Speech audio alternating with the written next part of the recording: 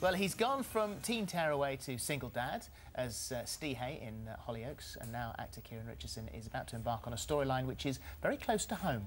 Now, before we talk to him, here he is in action.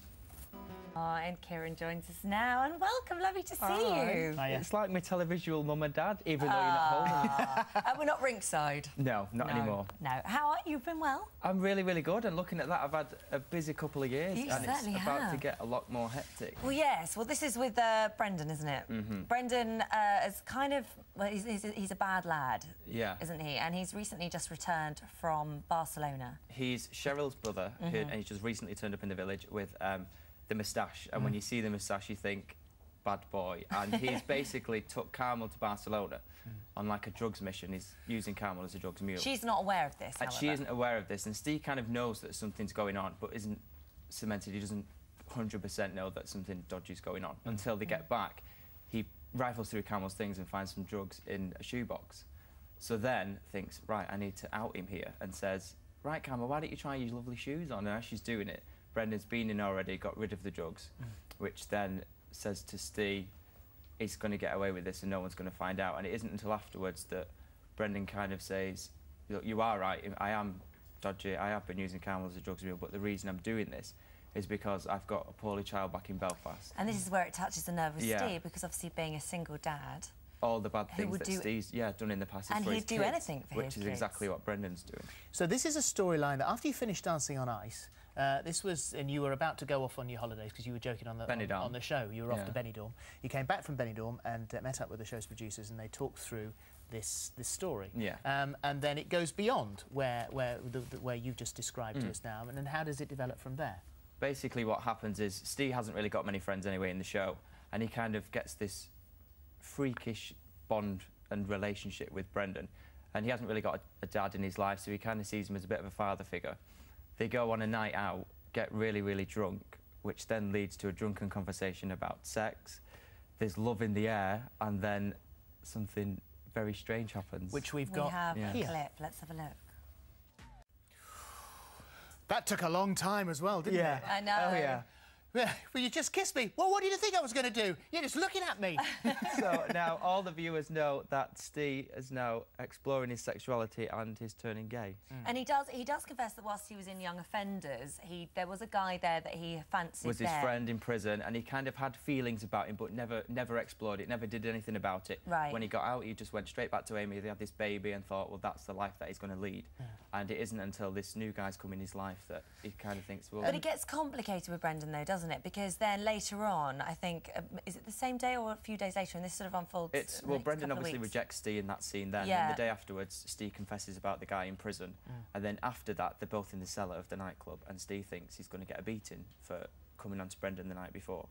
And it's this, again, like that moment, the tension's building and building, and it drags out, and Brendan's getting closer and closer to Steve.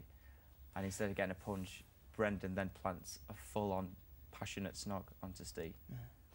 Now, of course, this is on the telly, and this is part of a character. Yeah. But there are elements here that, in actual fact, are quite close to your life yourself. And what would they be? The fact that I am gay in real life, and at 20 years old, I kind of accepted it myself, and now I can finally relate to my character Steve, that he's 20 and he's going through things that I went through in my past. Now, the people that know you, there's no great surprise there, because your friends know, your work colleagues know, you've had the conversation with your parents, but you've never actually said it out loud. No, like obviously when I was in Dancing on Ice, newspapers and stuff speculated and tried to say, you know, we kind of know, and if you want to say, you can do your story with us and get it out there. But I didn't feel at that point that my personal life was kind of took a back step, and it was more about the competition and trying to get through the next week rather than get a few column inches in the newspaper and maybe raise my profile a tiny bit. It wasn't about that.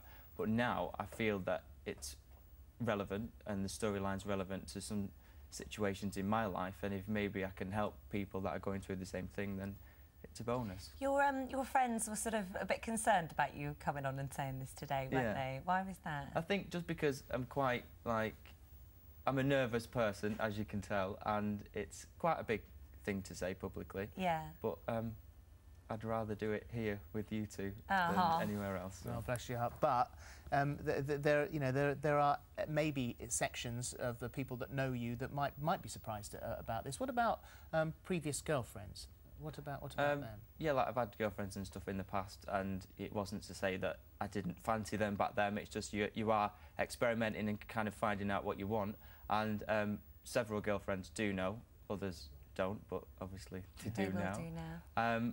But I feel completely comfortable with it, and I think the reaction that I've got from previous girlfriends, they're happy about it. And we don't live in the dark ages anymore. We live in the 21st century, and everyone should be happy and love themselves. And also that your schoolmates, you were teased at school, weren't you? Kind of.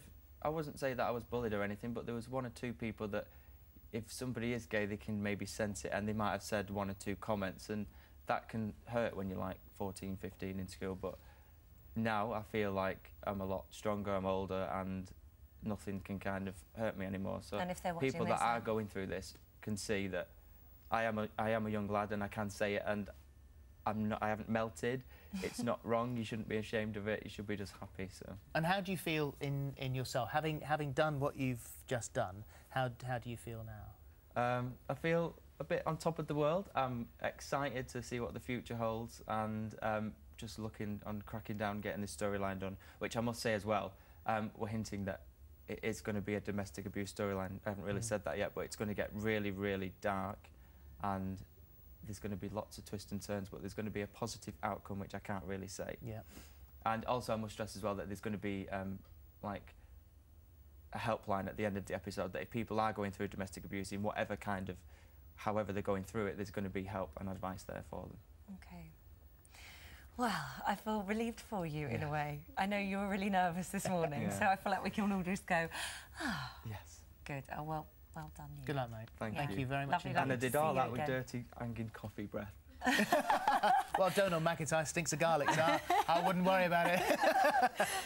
Lovely well done. To see you. Thank you very much indeed. Hollyoaks is weeknights, of course, Channel 4 at 6:30, and that is a great storyline. Just about to start now. Terrific. Thank you, Kieron. Thank you.